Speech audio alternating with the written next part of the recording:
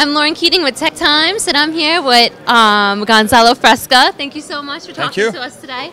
Now, you had a really interesting discussion this morning on the opposite of boredom.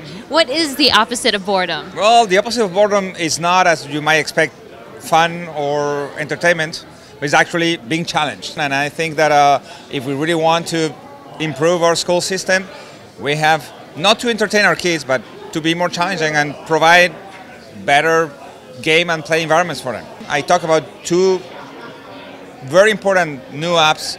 One is called Dragon Box Algebra, which is kind of magical because it teaches kids, very young kids, 6, 7-year-old kids and forward, to solve algebraic equations, which seems like a very hard thing to do, but it's a very elegant piece of software. And then Earth Primer, which is an iOS app that was launched last week, and it's a book about the planet, but it's a book illustrated with simulations, and so you can create mountains and like raise the sea level or volcanoes. It's amazing.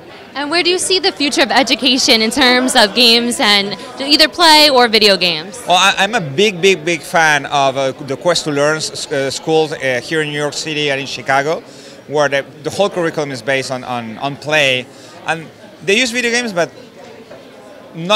they're not playing video games all the time. They actually also having a lot of like play-like activities, and I think that's where we should be heading, because the school system was designed for a world that doesn't exist anymore, and kids have to learn a lot of skills that are not what the 20th century required them to.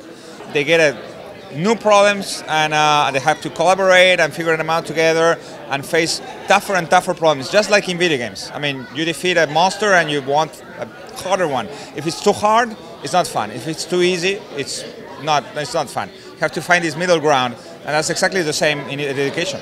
That's great. And you've been in this industry for over 30 years. Do you have any advice for those who are interested in becoming video games developers? Well, I mean, first, try to find like-minded people and team up and experiment, and there's never been a better time to learn about games. I mean, you can do it online.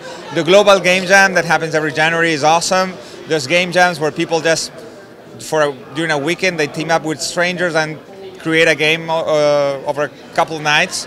That's a great way to go. And I think you have to find your own voice. I mean, yes, finding a job in the industry could be a nice way to learn. Going to university, there's more and more college programs, something I never dreamed of. I mean, when I was starting here, I mean, it's like people getting a diploma. I now have a PhD in video games, so it's so weird. I never thought that it was going to be a possibility. Now it's becoming even normal.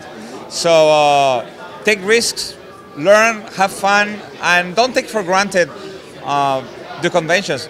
Video games are very young still, and there's plenty of room for innovation. And going indie and learning from fellow indie developers like here in IndieCade East is probably one of the best places to start. Thank you so much. The times are certainly changing. This is Lauren Keating with Tech Times.